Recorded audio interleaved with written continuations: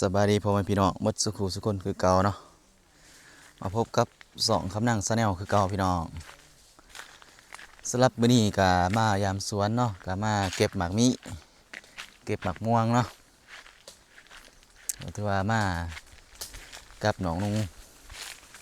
มีน้องก็ห้าก็สิเก็บหมากมิเจ้าหน่อยก็เก็บหมากม่วงญี่ปุ่นเนาะเด็กสุกหรือบ่นี่น้องสาวเขากำลังเก็บนี่เนาะหาเก็บหมากมิเฮิมแล้วก็เช็ดเมียงหมากมิเนาะแล้วก็หานั่นหาเก็บหมากมิหานั่นเก็บหมากม่วงกินสมเนาะอันนั้นก็โอ้นั่นใหญ่ไว้หมากมิเท่านั้นเบิ่งกันอะไรเพิ่มเลยตัวนั้น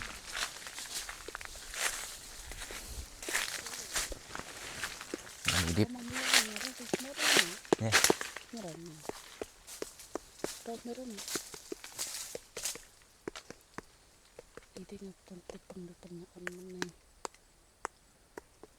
นะยังตันสุกใส่ฝุ่นก่อน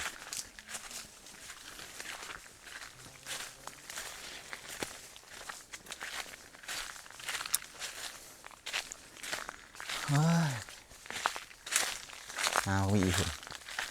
สวนนี่มันจะสวนกาแฟเนาะกาแฟดงมันไม่กาแฟยังหรอกาแฟดงเขินป่าอยู่ดง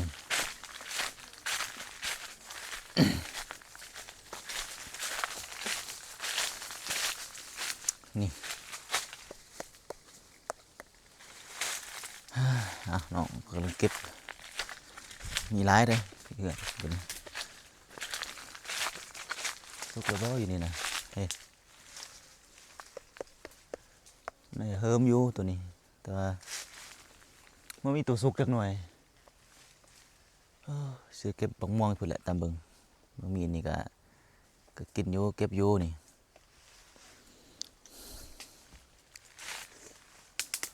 อยากเก็บเด้อเก็บ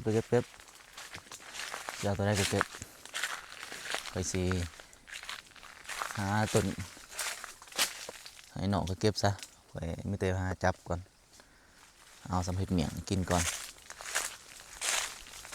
ส่วนบักมีไรอยู่ส่วนนี่ไรนี่ฮะก็เห็นตูบเนาะอันนี้ก็ตูบเที่ยงหน้าแหละมันเที่ยงหน้าเที่ยงสวนโอ้ยมานั่งก่อนเมื่อยแห้งมือย่างเราลายปวดขานอนลินนี่คักอยู่วันนี้ฝนก็จะตกหน่อยมันนี่ตอนฝนตกมันมาแลนอยู่นี่นะพี่น้องมาแลนอยู่บนนี้ก็เคยถ่ายคลิปหนึ่งเนาะแต่มานั่งลินอยู่นี่กินข้าวอยู่นี่แล้วก็นี่ก็เคยนอนตลอดนะนอนบนนี้ก็นอนม้วนแล้วก็บางก็นอนม้วนเนาะเย็นดีอะไรบางครั้งก็เคยนอนผู้เดียวมันก็ยินหยาดแน่อะไรมันก็ยินเสียงบดีเนี่ยนะมื้อนี้ก็เลยสิมาบอกข่าวดีเลยเนาะผู้ใดได้เบิ่งคลิปนี้ฮอนนี่ก็สิฮู้ข่าวดีเนาะก็สิข่าวดีคือข่อยอันนั้นเนาะใกล้สิสละโสดแล้วพี่น้องเพราะว่าสละโสดแล้วแต่บ่ได้นอนเนาะมันทันได้เปิดตัวบ่ทันได้เปิดตัวเนาะก็สิมีอันนั้นเนาะยังไงคือมีแฟนแล้วเนี่ยมันเนาะแต่ว่าแฟนทางใดนั่นก็สิเปิดน้ำลังเนาะแล้วก็สิถ่ายให้น้ำลังเนาะเพราะว่าแฟนนี่ก็ยังเฮียนอยู่เนาะก็ล้มกันไปกำลังเบิ่งกันไปเนาะบางเทื่อก็สิได้เปิดตัวบางเทื่อก็อันนั้นเนาะจะได้เป็นเนื้อคู่กันบางเทื่อก็สิบ่เนาะนั่งสองจิตสองใจอยู่ก็อีกฝ่ายหนึ่งก็ดีอีกฝ่ายหนึ่งก็ เว้าแนวหนึงหั้นนะก็บ่ฮู้สิไปต่อบ่สิพอส่ำนี้เนาะอีกอย่างก็มันฮอดเวลาที่เฮาอยากได้สร้างครอบสร้างครัวนี่หั้นนะอีกอย่างหนึ่งก็เฮาก็อยากได้มีอันแหล้วเนาะอยากมีคู่มีสู่มีแฟนคือหมู่แต่ว่าคือไปสู่ไปขอเนี่ยก็บ่ทันมีเงินมีคำบางทีบ่ทันมีเงินมีคำที่อันนั้นเนาะไปอันนั้นขอเมียเนาะจักสิเฮ็ดจั่งใดบ่ทันมีเงินมีคำนี่ก็แล้วก็อยากได้อยู่แต่อีกอย่างก็คือพ่อแม่เนี่ยก็อยากให้เอาเมียแหละอยากสอบครอบสร้างครัวแต่บัดเอาแต่แท้ๆจักอันนั้นเลาสิให้เอาอยู่บ่เนาะอันนะคือทางฝ่ายหญิงเนี่ยก็เขาก็ให้มาขอมาหยังนั่นแหละพี่น้องให้เขามาขอเขาก็คือสิดีนำเฮาอยู่ก็คือสิฮักเขานำอยู่แต่ก็บ่ฮู้เนาะโดนๆไปแต่ว่าก็คือว่าแหละครับท่านมีเงินมีคำนี่ท่านมีเงินจักสิได้เมียนำหมู่อยู่บ่เดี๋ยวนี้เนาะอีกอย่างมันก็โอเคอยู่ก็ล่มได้อยู่ผู้สาวนี่ก็ได้แต่ก็จักสิอยู่ไสเนาะคันบ่ทันล่มปั๊บนำเทื่อก็คือพ่อแม่ก็อยากอยู่ให้อยู่นำพ่อแม่ซี้นะคือทางฝ่ายอันนั้นแฟนเนี่ยก็อยากให้ไปอยู่นำแฟนหั้นนะประมาณนั้นคือแบบคือพ่อแม่ก็ว่าย้านเขาห้องสินสอดแพงโพดว่าซั่นย้านมีเงินมีคำพ่อแม่ก็ว่าแนวนั้นเนาะเอาไปฟังไว้สำนั้นก่อนเนาะแล้วก็มื้อหน้าคลิปหน้าสิอันนั้นคลิปเต็มๆสิเล่าให้ฟังอีกเนาะเดี๋ยวหาสิเก็บบักม่วงก่อนเดี๋ยวพุ่นอยู่สวนเฮาน่ะนี่ก็ผักข่าเนาะผักข่ามีเชื้ออยู่นี่ผักข่าขมให้กินกับอันนั้นได้อยู่กับแกงหน่อหมอกหน่อไม้ไปซั่น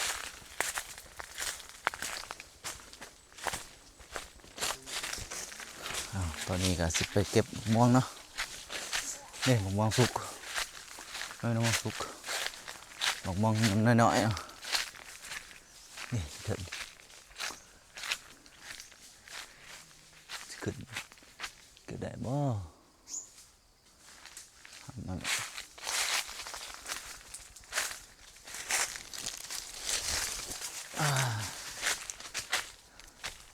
สิตั้งกล่องซะเด้เนาะซื้อต่อยพี่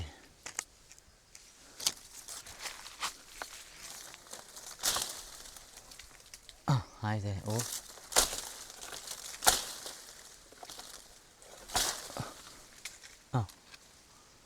เก็บหยากกับสัตว์ฮะ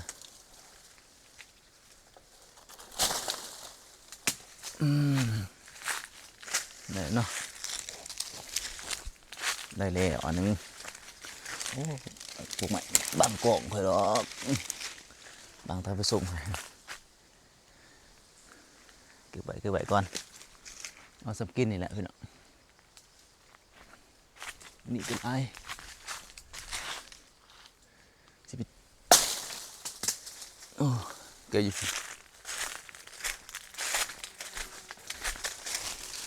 นี่ได้แล้วได้เสียหน่อยแล้วกินส่งกินผู้เดียวนี่มะม่วงยังเขินคือซีเมนต์มะม่วงอ่ะไข่บัวเมนเนาะนี่ลายเติมเนาะกองอันเนี้ย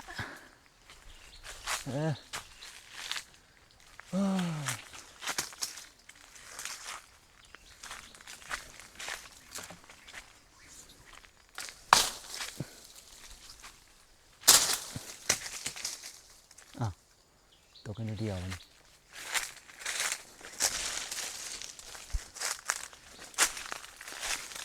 ตัวเดียว อยู่ไปสุดเลย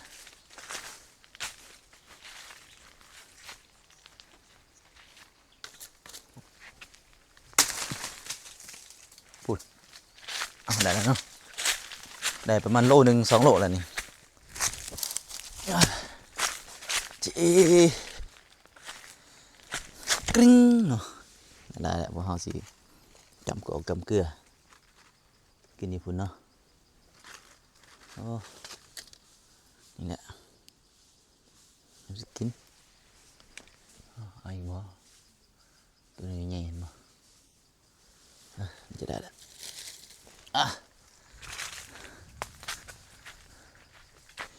คือสิโอเคเลยเนาะ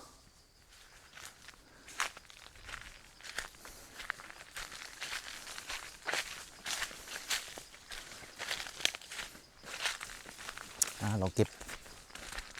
หมกม่วงเฮ้ยเห็ดม่วงแล้วนะเนาะเก็บกกตัวใหม่ก่อนกกใหม่ก่อนกกตัวนี้มันอยากหาสีมันสาดในนี่วันนี้ก็ทีมงานก็ได้แล้วหมักหมี่เนาะลายเพชรลายหน่วยล่ะเก็บมาหมักหมี่นะมากันนี่ก็กินได้กันเนาะนี่เห็นมากันนี่เขาจะจากบ้านจะเอิญอย่างมาอย่างนี้ภาษาคอยเอิญว่าเปลกระรังเนาะนี่มาในเรื่องนี่สมมีหมากแดงๆก็มีกันเนาะเด้อสิไปกินเด้อสิไปกินสิกินให้เบิ่งนะ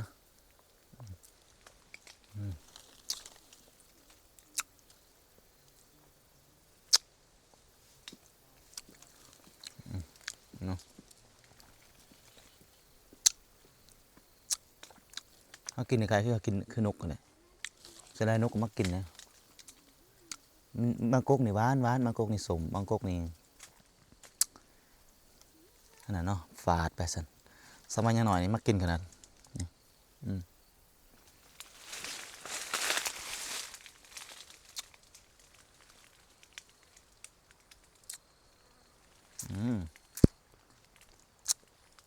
ในมันออก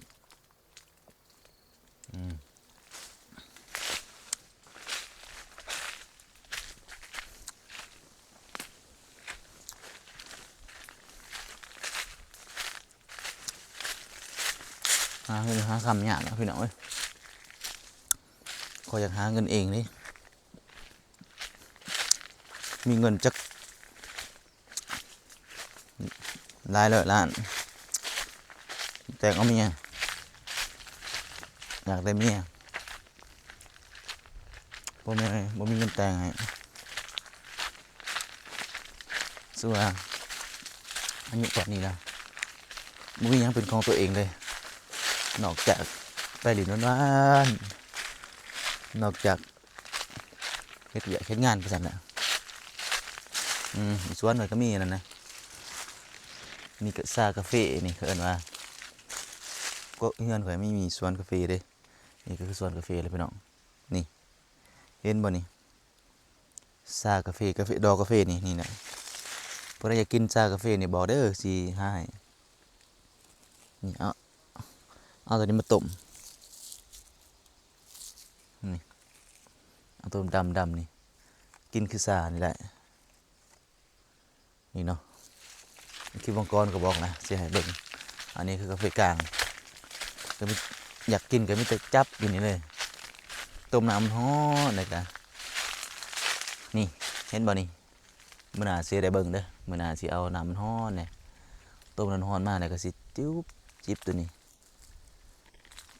จิบดอกมันนี่นะดอกต้นเหี่ยวแล้วนี่แล้วก็แช่ในน้ำร้อนหรือว่าต้มก็ยังดีเนาะกันเพื่อความปลอดภัยในการต้มตองไปจังซั่นแล้วมากินรสชาติแซ่บแต่มันก็สิเป็นสดๆนั่นแหละมันบริสุทธิ์รสชาติก็มันก็สิบ่คักเท่านั้นเนาะเท่าหมากมันอันนี้มันก็เพียงแต่ซาของมันซื่อเนาะซาของกาแฟเนาะก็คือว่าที่ว่ามันสิมีอันนั้นกาแฟอีนต่ำมันอยู่ในดอกมันเด้ สารคาเฟอีนมันสิติดอยู่ในดอกมันประมาณหน่อยหนึ่งใส่เปอร์เซ็นต์มันก็สิหน่อยยืนหมากมันก็สิหลายมันขึ้นกับอันนั้นอีกกาแฟแต่ละชนิดอีกกาแฟนี่มันก็แซ่บกลางๆไปสั่นมันกินกาแฟไปแต่ว่าคือกาแฟอาราบิก้าบางสั่นมันก็สิหวานไปสั่นเนาะหอมไปสั่นแต่ยังมีรสชาติกาแฟอยู่แล้วแต่สูตรไผคือมันสิปรุงเนาะเอาจะได้กะขอขอบใจท่านผู้ชมที่รับชมเนาะจะได้กะขอให้อยู่ดีมีแรงเด้อความเจ็บจะได้ความไข่ยามีได้พี่น้องหักเพลงกันเนาะพี่น้องจะได้กะขอให้ท่านผู้ชมที่เบิ่งคลิปจบนี่ก็ขอให้สุขภาพแข็งแรงร่ำรวยเด้อพี่น้องเด้อปรารถนาสิ่งใดขอให้ได้สิ่งนั้นขอให้เนาะ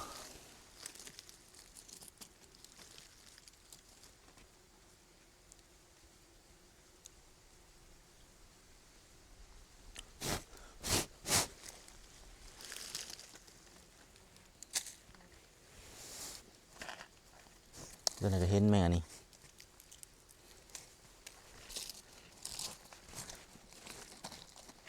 จะเอาไปเลี้ยงนี่ของแท้เนาะเห็นแม่นี่สิเอาไปเลี้ยงจะเด็กอะไรอยู่บ่เนาะมันบ่อยู่นี่แหละมาป่านี่ก่อนซะ